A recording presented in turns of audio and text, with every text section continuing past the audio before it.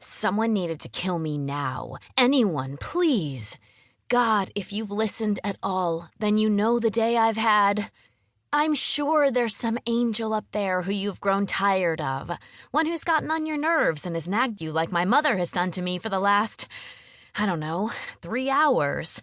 Can't you just maybe flick them out of heaven with your big, godlike fingers and make sure they fall on me?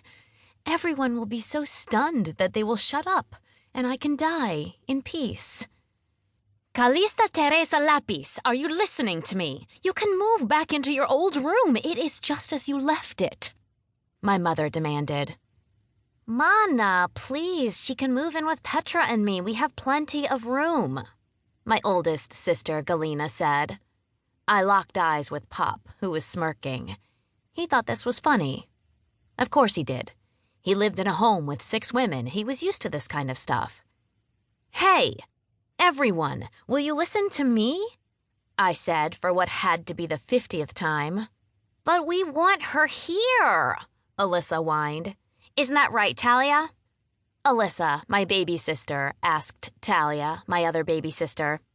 Yep, she agreed. I met my father's eye again, and he was shaking his head. I had no allies in my home, not even my parents. They always stuck together. My older 2 sisters, who were closest in age, always tag-teamed, while my younger 2 sisters ended up as a team. That left me alone.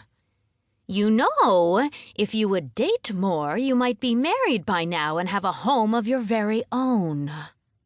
Mana sighed, completely ignoring the fact that I did have my own home until my landlord decided to turn the apartments into overpriced condos. Christine's boys were all working on giving her grandchildren by the time they were y'all's ages. She looked at my older 2 sisters and me. Fine, we'll get right on that, Alyssa said, and everyone shut up. Oh, no, you won't, Mana shouted. I glanced at Pop, and he was rolling his eyes. He had leaned back in his chair and was slowly sipping beer, letting Mana do her thing. You're grounded. You can't leave your room for 1 month, Mana ordered. Fine. I'm tired of school and working in the restaurant anyway. And besides, Bobby likes sneaking into my room once you all leave for work and I'm left alone. What? Who is Bobby? Mana's face was as red as her fire engine red lipstick. I was happy to watch this continue because, for a few moments, the attention was off me. I glanced over at Alyssa while Mana was hollering as Pop just kept listening. Go, Alyssa mouthed. Love you. I blew her a kiss and escaped. Most days, I hated being the middle child in an all-girl family, but at times like this, when one of us took the heat to protect one of the others, I felt that we were bound tight. Hang on, Galina whispered behind me as I stepped outside. Come on, we'll drop your motorcycle off at my house, and then we can go by your apartment and pick some stuff up. I have no idea why you waited so long to come to us. I thought that I'd be able to find something.